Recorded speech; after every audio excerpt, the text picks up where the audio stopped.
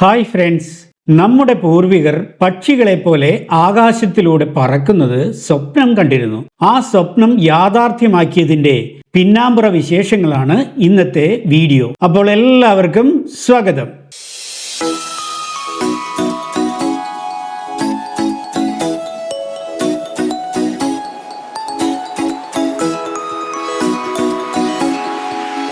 പഴയ കാലത്തെ പാരച്യൂട്ടുകൾ ചാടി താഴെയെത്താൻ മാത്രമുള്ളതായിരുന്നു.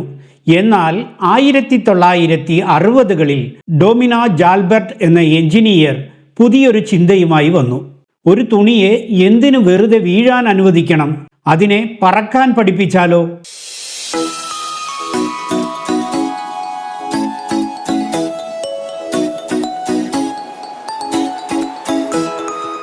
അങ്ങനെ അദ്ദേഹം പാരച്യൂട്ടിന് പുതിയ രൂപം നൽകി. ചിറകിനുള്ളിൽ അറകളുണ്ടാക്കി. അതിലൂടെ കാറ്റ് കയറുമ്പോൾ അതൊരു വിമാനത്തിന്റെ ചിറകുപോലെ ബലമുള്ളതായി മാറും.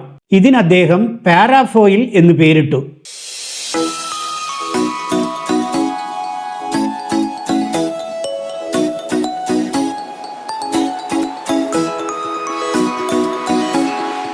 ഈ പാരാഫോയിൽ വെറും വീഴ്ചക്കാരനല്ല, മറിച്ച് നിയന്ത്രിതമായി ഗ്ലൈഡ് ചെയ്യാൻ കഴിയുന്ന ഒരു പറക്കും തുണിയായിരുന്നു. ഇതാണ് ഇന്നത്തെ എല്ലാ പാരാഗ്ലൈഡുകളുടെയും അടിത്തറ എന്ന് പറയാം.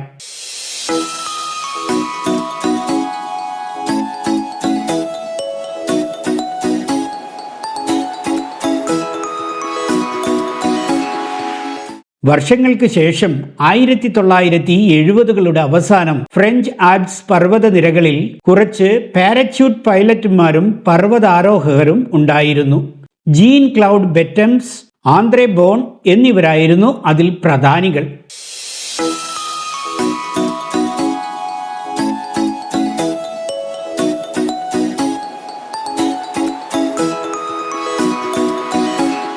പർവ്വതം കയറാൻ തന്നെ ഒരുപാട് സമയമെടുക്കും. അത് കഴിഞ്ഞ് തിരിച്ചിറങ്ങാനും ഒത്തിരി സമയം വേണം. അപ്പോഴാണ് അവർക്കൊരാശയം തോന്നിയത്. നമ്മുടെ കയ്യിലുള്ള പാരാഫോയിൽ പാരച്യൂട്ട് ഉപയോഗിച്ച് മലഞ്ചരിവിലൂടെ ഓടി താഴേക്ക് പറന്നാലോ?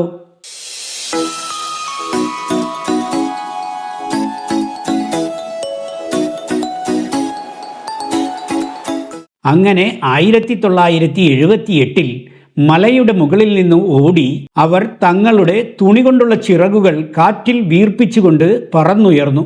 വളരെ വേഗത്തിൽ മനോഹരമായി അവർ താഴ്വരയിൽ ലാൻഡ് ചെയ്തു. നടന്ന് താഴെ എത്തേണ്ട ദൂരം അവർ നിമിഷങ്ങൾ കൊണ്ട് പറന്നെത്തി. അങ്ങനെ ഈ പുതിയ കായിക വിനോദത്തിന് അവർ പാരാപെൻഡ് എന്ന് പേരിട്ടു. പിന്നീട് അത് പാരാഗ്ലൈഡിംഗ് ആയി അറിയപ്പെട്ടു.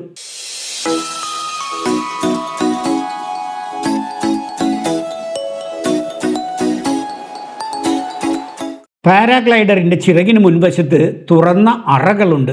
ഓടി പറന്നു ഉയരുമ്പോൾ ഈ അറകളിലേക്ക് കാറ്റ് ശക്തമായി കയറി ചിറകിനെ ഒരു വിമാനത്തിന്റെ ചിറക് പോലെ ബലമുള്ള രൂപത്തിലേക്ക് വീർപ്പിക്കുന്നു. ചിറകിന്റെ മുകളിലൂടെയും താഴേക്കൂടെയും കാറ്റ് ഒഴുകിപ്പോകുമ്പോൾ മുകൾ ഭാഗത്ത് വേഗത കൂടും. ഈ വ്യത്യാസം കാരണം ചിറകിനെ മുകളിലേക്ക് ഉയർത്തുന്ന ഒരു ബലമുണ്ടാകുന്നു.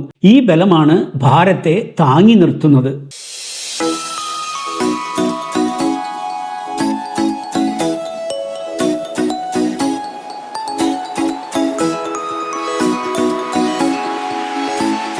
പൈലറ്റ് ഇരിക്കുന്ന ഹാർനെസിൽ നിന്ന് ചിറകിലേക്ക് ഒരുപാട് കയറുകൾ ബന്ധിപ്പിച്ചിട്ടുണ്ട്. ഇതിൽ പൈലറ്റിന്റെ കൈകളിൽ 2 പ്രധാന കയറുകൾ ഉണ്ടാകും. അതാണ് ബ്രേക്ക് ലൈനുകൾ. വലതു കൈയിലെ കയർ താഴ്ത്തുമ്പോൾ ചിറകിന്റെ വലതുഭാഗം അല്പം താഴുകയും കാറ്റ് തടയപ്പെടുകയും ചെയ്യുന്നു. അപ്പോൾ ചിറക് വലത്തേക്ക് തിരിയുന്നു. ഇടതു കൈയിലെ കയർ താഴ്ത്തുമ്പോൾ ചിറക് ഇടത്തേക്ക് തിരിയുന്നു. ഇങ്ങനെ ലളിതമായ രീതിയിൽ കിളികളെപ്പോലെ കാറ്റിലൂടെ ഒഴുകി നീങ്ങാൻ പൈലറ്റിനു കഴിയും.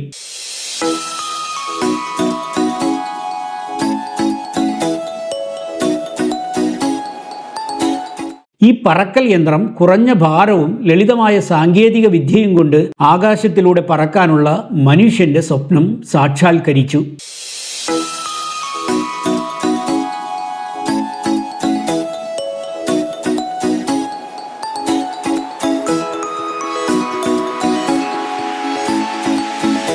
ഞങ്ങൾ തിരിച്ചു പോരുമ്പോഴും പുതിയ കാഴ്ചകളും അനുഭവങ്ങളും തേടി കൃത്രിമ ചിറകിൽ കാറ്റിന്റെ കൈകളിൽ ഭൂമിയെ വിട്ട് ആകാശത്തിന്റെ അനന്തതയിൽ സ്വപ്നങ്ങളെ പറന്ന് പിന്തുടരാൻ ധാരാളം പേർ അപ്പോഴും വരുന്നുണ്ടായിരുന്നു.